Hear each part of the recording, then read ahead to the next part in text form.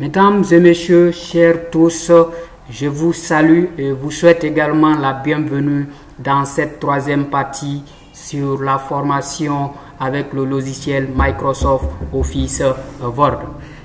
Pour les nouveaux, je vous recommande de revenir voir les deux premières parties que nous avons eu à voir pour que vous soyez vraiment avec nous dans cette formation. Alors, ici, dans cette troisième partie, nous allons parler encore des éléments essentiels qu'il faut pour encore maîtriser le logiciel MS Word. Ici, vous allez entendre les gens parler de la saisie. Au début, nous avons dit que le logiciel Word est un logiciel qui nous permet de procéder au traitement des textes. Ici, ce traitement, il y a ce qu'on appelle la saisie. Et ce que vous devrez comprendre maintenant avec moi, c'est que dans chaque spécialité, il y a ici un jargon qui est vraiment utilisé. Donc, quand vous entendez celui qui évolue dans le cadre de l'informatique parler de la saisie, c'est ici l'action qui lui permettra d'écrire les données dans sa machine à l'aide, bien entendu, du clavier. Alors, lorsqu'il va procéder à ça, vous allez vraiment dire qu'il est en train de faire la saisie. Simplement, c'est comme s'il était en train d'écrire. Et c'est exactement ça. Le fait d'écrire en informatique est appelé la saisie. Alors, dans cette saisie, il y a deux types de saisies les plus couramment que les gens disent ou alors que vous allez entendre parler le plus souvent. Ici, il y a une saisie qu'on appelle la saisie en kilomètres. Beaucoup utilisent le thème.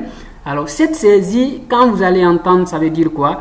C'est une saisie qui se base sur l'envoi automatique du curseur par la machine. C'est-à-dire, vous êtes à la fin issue de la ligne, la machine vous ramène automatiquement à la ligne. Ça, c'est cette saisie qu'on appelle la saisie en kilomètres. Mais c'est un thème que moi, je n'utilise pas beaucoup parce que moi, vu que la fenêtre qui est devant moi ne fait même pas plus de 35 cm, lorsque je vais dire que ça, c'est une saisie en kilomètres, bon, utilisez ça parce que c'est ce que les autres utilisent, mais moi, je n'aime pas beaucoup.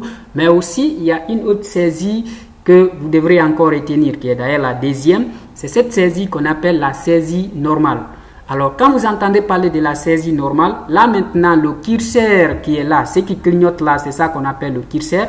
Lorsque vous allez introduire vos informations, vous tapez sur Entrée pour revenir à la ligne. Là, c'est cette saisie qu'on appelle la saisie normale. C'est-à-dire, vous-même, vous demandez à ce que vous recommencez ou vous commencez une nouvelle ligne. Ça, c'est cette saisie qu'on appelle la saisie normale. Et là, vous devrez donc maîtriser ces deux types de saisies. Après ça, il y a autre chose que vous devrez comprendre, ce qu'on appelle bien entendu la vérification. La vérification ici, c'est quoi?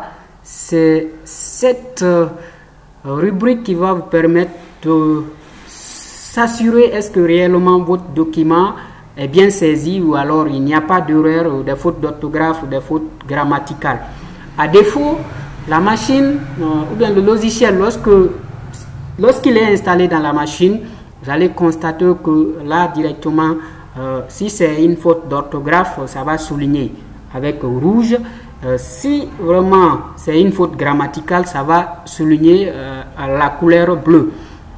Alors, ces saisies, vous allez les constater comme ça, ces erreurs donc, et ces fautes. Alors, ici, vous allez encore comprendre que pour ces saisies, il y a un élément qui peut vous permettre de s'assurer que réellement ces rubriques sont cochées. Alors, pour ça, vous venez avec Fichier, vous cliquez sur Fichier, vous venez dans Options. Et une fois dans Options, vous allez remarquer que là, il y a une rubrique ici qu'on appelle Vérification. Lorsque vous êtes dans Vérification, remarquez ce que cette vérification va tenir en compte. C'est-à-dire, pendant la vérification, tous les mots qui seront en majuscule ne seront pas pris en compte.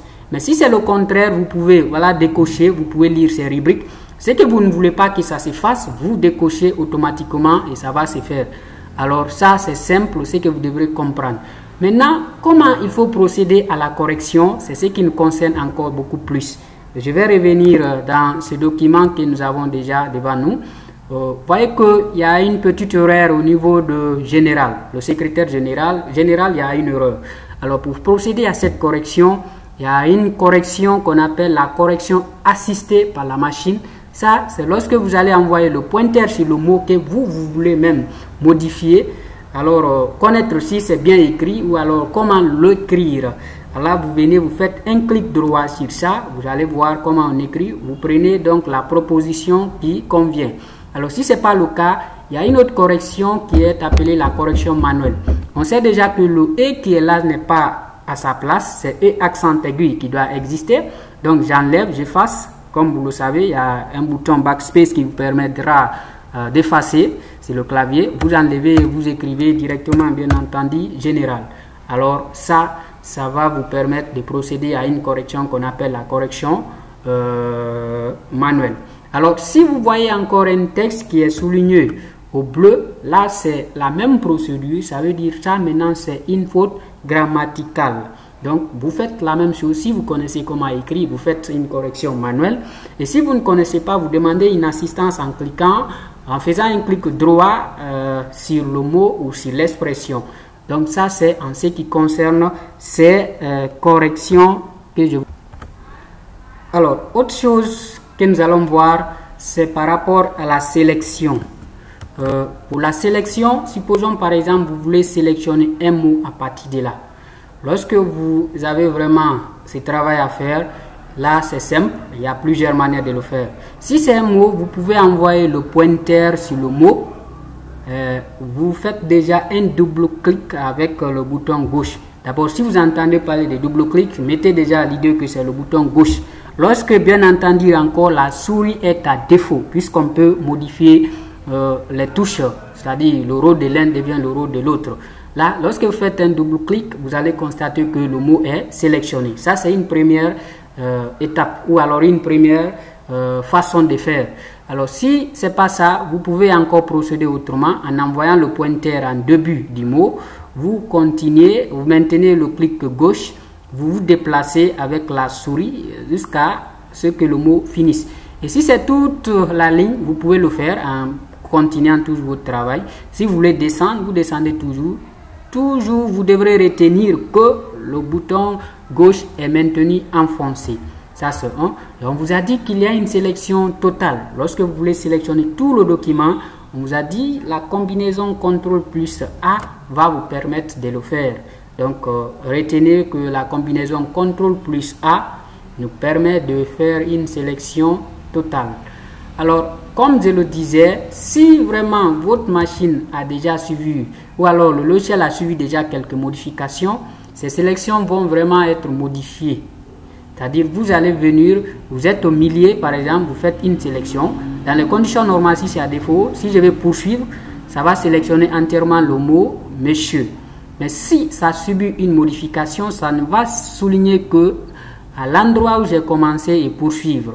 Donc là, vous allez voir que ça ne va pas faire l'action, bien entendu. Mais le fait que déjà moi, j'ai fait ça, même si je commence par exemple ici, vous allez voir que ça sélectionne. Je viens, je commence, vous voyez, ça sélectionne ce qui est derrière, si c'est le mot. Alors ça, c'est en ce qui concerne la sélection. Il y a des paramètres, un jour vous allez constater, comme je le dis, ça va être modifié.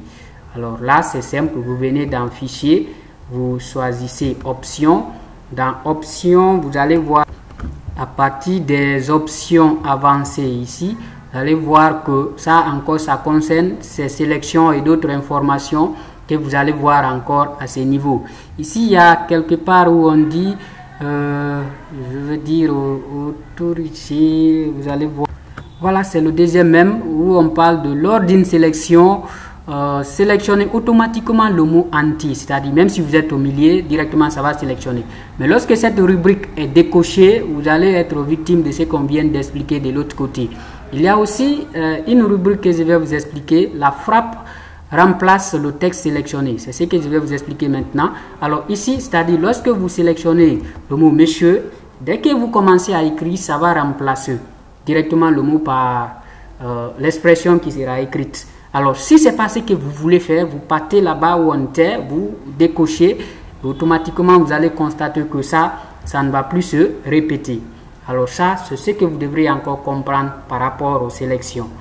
Et Après ça, nous allons voir aussi une rubrique importante. Là, d'ailleurs, c'est cette rubrique avec laquelle on devrait commencer, parce que si vous commencez un travail, vous devrez enregistrer votre document, parce qu'il y a des machines bureautiques vraiment qui n'ont pas d'énergie. Là, directement, ça peut être déchargé, ou alors il y a, je vais dire, une perturbation, parce que, mot déchargé, excusez-moi, parce que ça ne sera même pas chargé.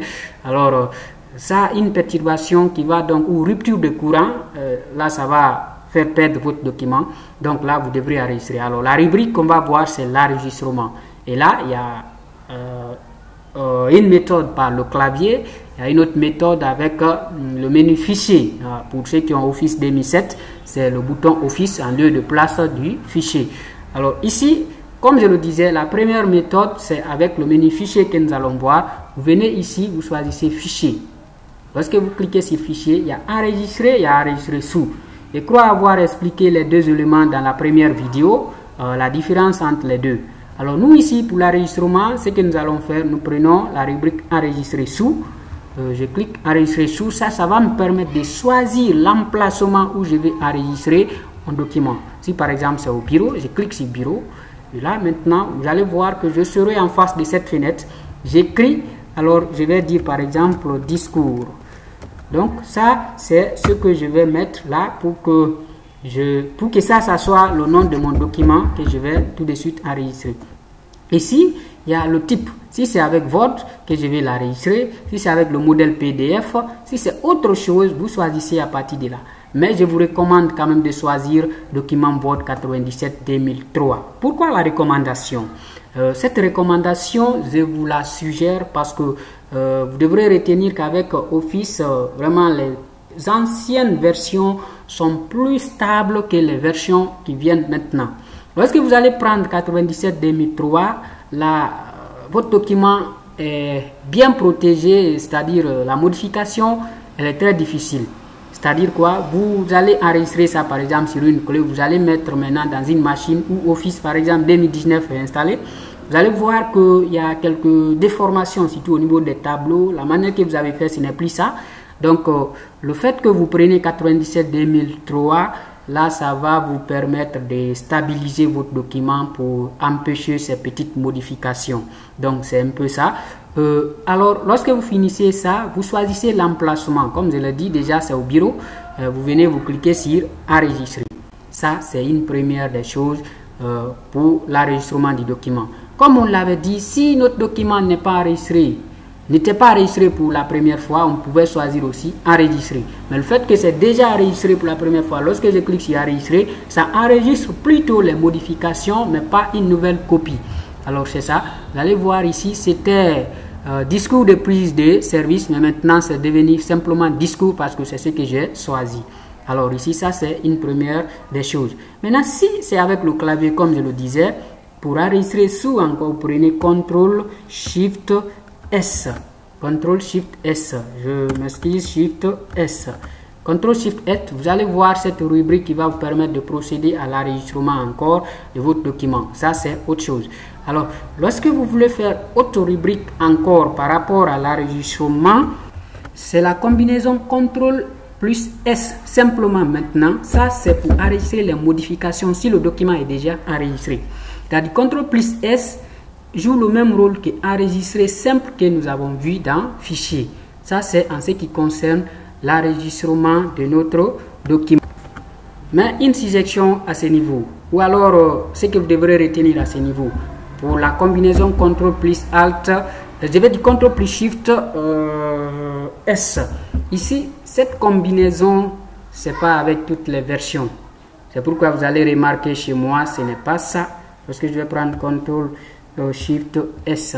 La version là, ce n'est pas ça. C'est autre chose qui concerne à l'application des styles. C'est-à-dire ici, j'ai apporté quelques styles, mais ça c'est devant. Vous allez voir que je peux directement réappliquer ces styles à d'autres éléments. Ça, c'est ça pour cette version de 2016. Mais il y a d'autres versions, vous pouvez essayer chez vous. Si ça ne marche pas, retenez que vraiment c'est pas avec cette version que ça marche. Mais avec le clavier quand même, retenez que c'est les deux combinaisons, CTRL plus SHIFT S et CTRL S. Mais vous connaissez déjà le rôle de chaque combinaison. Donc c'est ça. Par rapport à l'enregistrement encore, c'est ce qu'on pouvait voir. Et dans cette vidéo, pour ne pas la rendre assez longue, nous allons se limiter à ce niveau. Et j'attends vos critiques et suggestions dans le but d'améliorer les autres vidéos pour que tout se passe bien comme prévu. Je vous remercie et encore, je vous souhaite une bonne journée si c'est la journée qui commence. Bonne nuit si c'est la nuit qui commence.